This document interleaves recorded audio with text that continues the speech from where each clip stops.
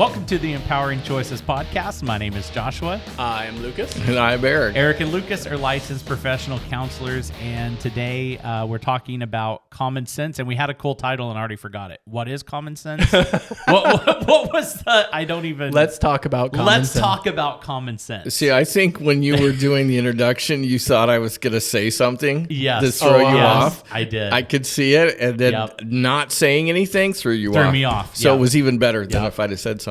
You did it. Yeah. We've got like show and tell today. Erik, you brought notes. Oh, wow. Well, I brought paper. Yeah, but they have words on them. Yeah, I call those notes. I printed that off. Uh-huh. I didn't actually take notes, but I printed it off after I read it. Gosh, do they have anything related to our podcast, or is that for making paper airplanes? Ooh, we could do that too. We do an entire podcast on making paper airplanes. No, it's very related to our podcast. Because it's one of those pieces that, common sense, we hear that a lot. Right. And then, more recently, I've been hearing, a lack of common sense. There is no common sense anymore. And so when we're coming down to, talking about your family and, how does common sense work in raising kids? Right. Mm-hmm. And I think understanding what common sense is first and foremost, will help with that. So for instance, common sense is it's a set of standards within a society. I actually pulled up a bunch of dictionary definitions for common sense. Just for this very reason. Notes right there. Go. Absolutely. Yes. Yeah, I'm not denying that they're notes, unlike you for some reason. Sound judgment, not based on specialized knowledge. So let's stop right there. Sure. Okay. If you come into the kitchen and the milk is on the counter, is that good or bad? That would depend on the circumstance and whether or not someone else is in the kitchen making cereal. Is the milk pasteurized? Okay, well, we buy it that from was specialized the store, knowledge, so Josh. That's generally speaking, specialized knowledge. We're going to go with it's pasteurized. So that's first thing is someone else in the kitchen. Mm-hmm. Okay, now partly that can work. Let's say the other person had come in there and there was also milk on the counter. Right. What's the reason we don't want milk on the counter? Because if it's I was going to make some cheeky comments about pasteurizing. Yeah, it goes in the refrigerator. It always goes bad. Cheese. And what happens when it goes bad? Well, if you drink it, it makes you sick. It makes you sick. So the common sense is milk always goes back in the refrigerator so that it doesn't go bad and make someone sick, right? Right. These are the conversations I have with my 4-year-old. Yeah. Right, exactly. So if I walk in there and my teenager has left the milk on the counter. Well, first you yell for the teenager. It was for your convenience. Oh, right. Yeah, but he was in there at 6 and now I'm in there at 12:30. So my convenience kind of went out the door, but he might still say that. And so our thought might be, where's your common sense? Right. Mm-hmm. You see what I mean? Yeah. Now, the saltine crackers, do they go in the refrigerator? Not usually.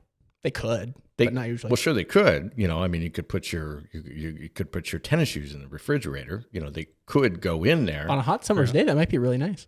It could be. Maybe the freezer a little better, but they don't need to be in the refrigerator, right? Right. They won't go bad. So the common sense is they don't go in the refrigerator, and the common sense is the milk needs to go in the refrigerator. So we've got kind of an agreed upon piece here. Right. Okay. So that, I think, fits into the definition of that first one that you gave really well. I think you had another one there. Yeah, well, there's a bunch of them. A short one is just sound practical judgment, which just kind of echoes the first one. I like this one, though. Ordinary, sensible understanding. One's basic intelligence, which allows for plain understanding, and without which good decisions or judgments cannot be made. Sound judgment. And that showed up, I think, in all of them. Right? How do you get sound? Good decision, sound judgment, sound practical judgment. Yeah, so all three of them had that theme. Yeah. How do you get sound judgment? Right. And I think that is the crux of the discussion that we're having. Because there's actually a couple of philosophies, one of which says human beings are born inherently bad, one that says human beings are born inherently good, one which says human beings are born with a blank slate. Right? So it kind of depends on what you believe about those things as to where common sense comes from and how much impact parents, hence our focus here, how much parents have to do with their child acquiring common sense. Okay, so let's take all three of those views that you just said right there. And now I'm going to ask you this. Can a newborn see the way we see using their eyes when they're an infant? No, it develops. It develops. So all three of those examples you gave won't work in the acquiring of common sense because it's not preloaded. Well, the blank slate one would be very much in tune with, well, of course, they don't know anything, so everything that they know is delivered to them by society and their parents. Except that their body is still forming, so there is a preloaded sense to the human being in a certain way. Yeah, no, I think the blank slate one still is coherent with what you were just saying. Well, my argument would be, just that there are some things that are preloaded, and then there are some things that you learn. And common sense is one of those pieces that you're going to learn. You're not a blank slate because Skinner was talking about everything, personality, everything is a complete, the human being just comes out like a blank blob of cookie dough. An uncoded computer system, I think, is probably very Skinnerian. Every single grandmother that I went to and said, hey, what do you think about what this psychologist Skinner said about, a child coming out is a blank slate? And they had anywhere from 2 to like 22 children, and they all never skipped a beat and said he's an idiot. That every one of my babies from the first moment they drew a breath had a full personality of their own. There was no blank anything that was in there. Mm-hmm. But, now coming back to common sense, there are a lot of things that they don't know about the world. Right. Why do 5-year-olds not get to drive? Because their feet can't reach the pedals. All right. So now if we were to tie a bunch of I would say phone books, but most people don't, we don't What's have a phone book, books. Erik? Yeah, right. School. If you were to bunch of Twitter accounts, you stack them all together. Right. You were to put their feet in elevator shoes that would reach the pellets. Dated yourself again with the elevator shoe. Anyway. Well, what are they called now? Platform shoes. Platform shoes. Thank you. With elevator platform shoes. Wow. We are the hippest. This is the content you have tuned in for. Yes, and we're going to stay both in my world and in yours. Okay, now we've got these. You assume I'm hip? No. Okay, I meant that you in shouldn't. general. Yeah, I was talking about Josh. Is this also the kid can drive the car? Yes. Because I would just hook it up to a game controller if you want to really be modern. But go ahead. Yeah, we saw how well that worked with the submarine. I don't recommend it. So you would hook it up to a game controller and allow the child sitting in the driver's seat to use a game controller to drive. Sure. They wouldn't be able to see over the dashboard. More phone books. Booster seat. Booster seat. It is. All right. So now they can see over the dashboard. Yes. They can work all the pedals because you have Donovan and he did this he wired incredibly. It all up with the game controller. Where the game controller wires all the pedals. Yeah. Okay. Now they're driving. Okay. Why is that bad? It does make for a kind of intriguing argument because, how different is operating the complex controls of your average video game compared to driving a car? Sure. I mean, I think if you hooked up all of those settings, like it might be within their physiological capabilities. Correct. Yeah. Yeah. Now, is it a good idea or a bad idea? It's a good idea to let a 5-year-old drive the car. Their ability to think is not developed enough sufficiently that I would. I mean, I think it's a different argument if you get to like a 12-year-old. It's like, how many 12-year-olds drive tractors all over there? But yeah, well, that's a little different and a little farther in the development of the brain. It is. Yeah, I think it's an interesting argument. And an assumption that information has been loaded all along the ways that they will think like a 12-year-old, not like a 5-year-old. We're talking about parenting here. Sure. But let's go to the 12-year-old. Is it a good idea for a 12-year-old to have a credit card? No, that is definitely. Why not? Well, that's kind of like long-range consequence thinking that is not yet as developed in the 12-year-old. Oh, okay. So we're back to there's a development of thinking to where how do you develop common sense? It's a part of the parenting that you're giving them. Right. Okay, so you talked about good judgment. Is it good judgment to walk into a movie theater and yell fire? Only under the circumstance in which there is fire. And But 90% of the time, right. Correct. Yes. And so how do they learn that? Because, it's not like that might not have occurred. A fire might not have. Well, yeah, I mean, a fire might have occurred, but yeah, most of the time, not a good idea. Causes stampedes. Right. Who's going to disseminate the information when the 5-year-old wants to stand up and say anything? Hang on, run that past me again. You lost me. Who's going to disseminate the information that it's not good to yell fire in a theater when the 5-year-old is going to stand up in the theater and say anything?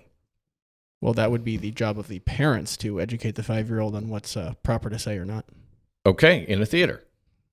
I think it's the same answer. I think you're losing me again. Yeah, I think so too. But that's kind of my point is parents are the ones that help their kids to learn in the different situations, in the different scenes, in the different arenas, what's appropriate and what's not appropriate. Yep.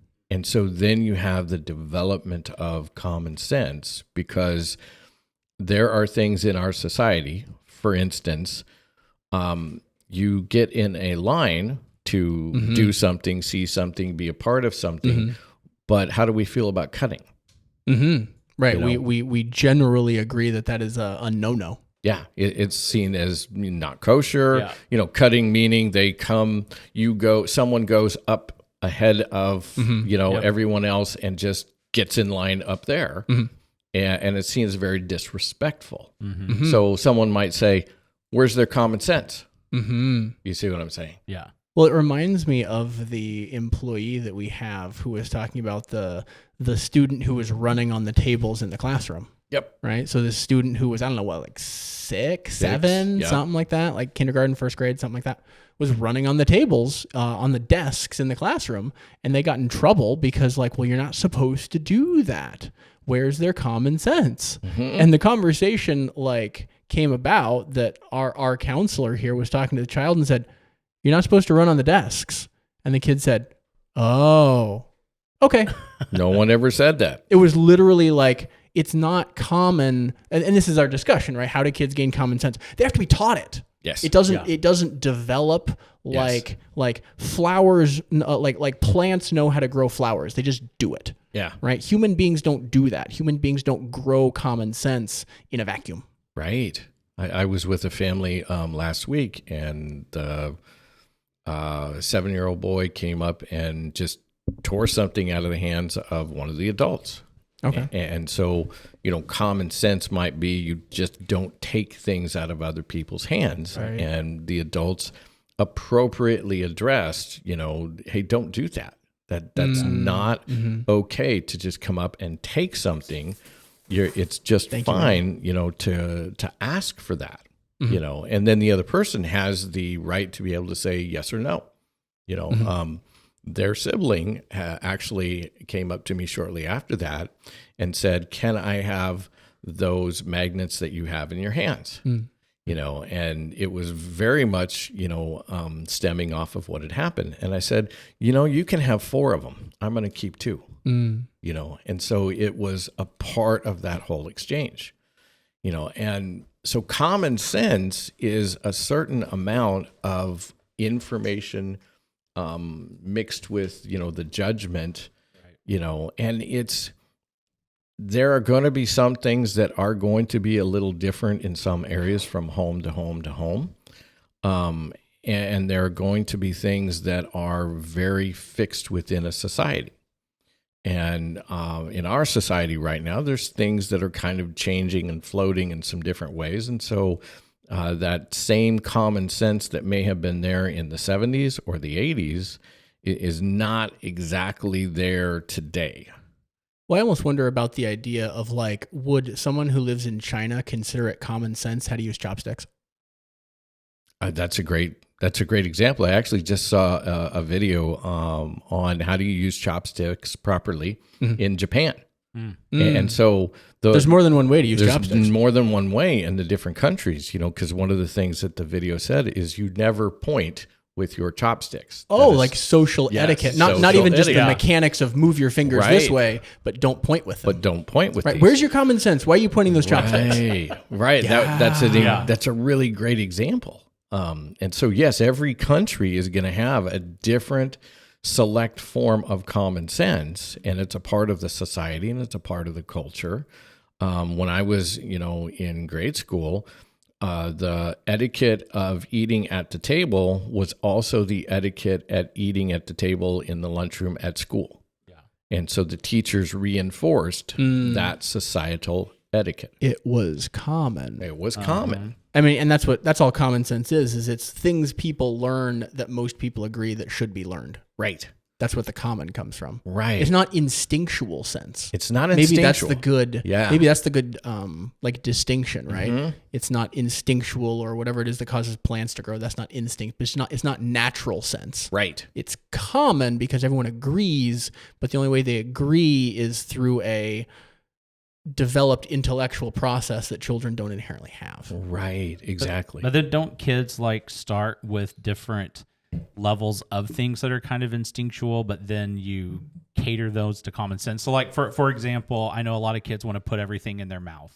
And at some point you know that it's not common sense to put a battery in your mouth, but a kid doesn't know that. But for instance, my son, he instinctually doesn't want anything in his mouth. So it has been a struggle just to get him to eat different textures and different things. Oh, okay, sure. And so we've had to work on that end. But then for some reason, I noticed the other day, which he's probably banged his head enough at this point, but he's looking very carefully above him as he's picking something up to make sure that he doesn't, I see. hit his head on it. But to some level, to me, I would view that and say, well, he started with not wanting to put things, and I have to teach him, hey, common sense is these things are safe. A banana's safe. This is safe. Yes, a battery's not. But I feel like he started with a little bit of something.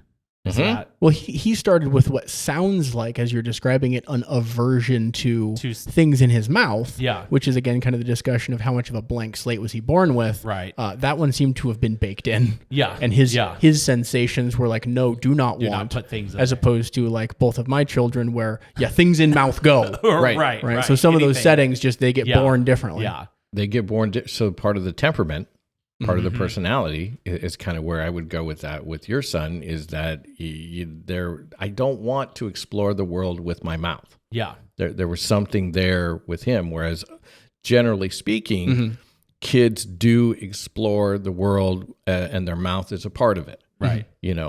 Fingers, mouth, Yep. all kind, putting things in things, all kinds of these pieces, and so, but you also described, with a human being, the level of learning, so he banged his head enough times that now he looks up as a part of remembering, because you mentioned with a credit card, the cause and effect, the long term, the big picture. Yeah. At your son's age, it's a much smaller, but that's the same thing. Cause and effect. Yeah. I want to look up before I stand up. Right. Whereas with a 12-year-old, you're going to give him a credit card. Hopefully you have millions in the bank, because they're not going to have the impulse control. They're not going to have the understanding of that cause and effect. They're just going to know that if I use these numbers, cool things come in the mail. Sure, right. Whereas with the 5-year-old and driving, I can't believe you guys never dove into that. I mean, you never drove into that one. Wow. What's a 5-year-old going to do if they are driving a car? Probably play bumper Awesome cars. stuff. Yeah, well, hey, what happens if I go here? What happens if I go there? What happens if I go on the lawn? What happens if I go in the water? What happens? Oh, crap. Yeah. What happened? Yeah, I mean... There's a chart for that, I think. There's a chart for that, and how many people are running away, chasing squirrels. Squirrel looks a little different when the 5-year-old has a car. I just want to pet it, With the car. With it. Well, no, I don't want to pet it with a car, but, I've got something that's faster than running. Yeah, and so that's kind of like impulse control, or even just there is judgment. Kind of There's a judgment. Yeah, I was gonna talk about like long-term consequence thinking, the way we were talking about the credit card. It just applies differently. Of well, what does happen if I drive over the neighbor's lawn? Right. The 5-year-old isn't at that point. It's well, I don't know. Let's find out. Right. How does it feel? Kind of like the toddler who's learning to walk. It feels different. Walking in the house, it feels different walking in the road or in the Don't let your toddler walk in the road. Don't let your toddler walk in the road. But it does feel different walking in the road, and asphalt, grass, right, carpet, couch, all the different things, right, across daddy's chest. Yeah, that part too. Right. Did you reference your notes? You got like this entire sheaf of paper here. Yeah. I did actually. Yeah. Okay. I just brought them to help me remember, and you had definitions. It has definitions. There we go. Thought yours were great. So, we both came prepared to talk about, common sense, and we just went with it. That's your common sense. I think that's a pretty foundational thing to what we're talking about. We came prepared to talk about common sense. Mm-hmm. That I think emphasizes our point is it's not just like the way flowers grow. It doesn't just happen. Doesn't just happen. Yeah. And something that is a byproduct of you being interactive with your child. It's a byproduct of adults. What do we do with markers and pins? I mean, when I go to put it on after I've been drawing, I wait, I push until it clicks. Mm-hmm. Where in the world did I learn that? Because now that's common sense. If I see markers in something, like when my son wasn't putting the things on, the caps on, because they're going to dry up. And I'm like, where's your common sense? What I'm saying is, back in preschool, I actually really remember when we did an entire thing of this is the marker, take the marker, put the cap on, push it until you hear it click, click, click, click, click, click, click, click. Great. Now let's do it again. It's building in common sense.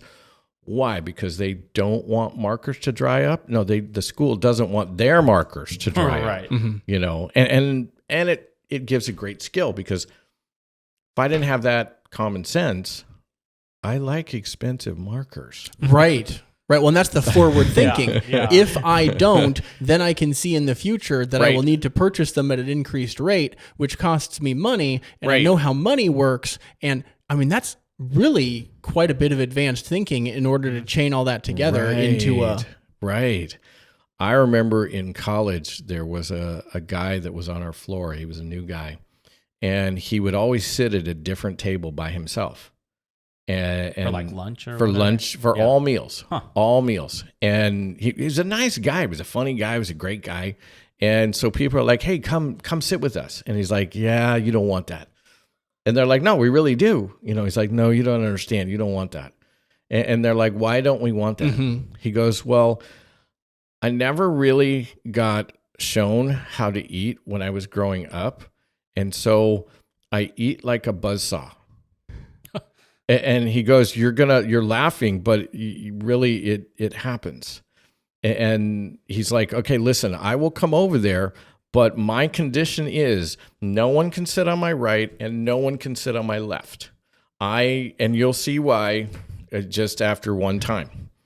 And we're like, oh, this is an interesting experiment. Right now we're in. Now you've got to come over, And so he did. He came over, and the spaces were open there, and he talked, he conversed, he ate, and you notice how he's eating, and it's not with the etiquette, that you would normally see that most of us have grown up with, and we're like, well, it's not really that bad. I mean, I've seen people do this before. It's just like eating with his hands or something? Eating with his hands, talking with his mouth open, eating things that would be, not normally eaten, putting them in different places. There was a whole lot of things going on. When he picked up his tray, because he said, man, this has been really great. I haven't had a meal like this in forever. And he picked up his tray to leave. The only clean spot for 2 spaces was where the tray was. Okay. And you didn't, and it's like, oh my gosh. But you never noticed that at the time until you had that contrast. And he's like, he goes, you guys will probably not want me back, for sure, because this is kind of who I am. Well, no, we always wanted him back. We just made sure that no one sat on his left or his right, because that was the thing. People would get mad at him because food would fly. Right. On them. Yeah. And so the common, he even said it, I don't have common sense with eating. I can't do it. I don't know. I suppose the comment I would have to that individual is you could learn. And he even said, I've tried. Weird. And so that'll go into some whole different re-socialization types of broadcasts where you're retraining something that you have been trained through growing up in a certain way. And it sounds like he knows enough to know that what he's doing is not normal. Yes. Right. Yeah. So speaking of common sense, he had some of it to know, I know this is not. It's not right. the common way. Right. And so common sense it's not a simple thing. It's not a simplistic thing. And it spans over a lot of different levels, and so just to say, well, that person doesn't have common sense, doesn't mean they don't have any common sense. It just means there are certain things that some adult in their life did not take the time, or they did not accept the learning. Sure.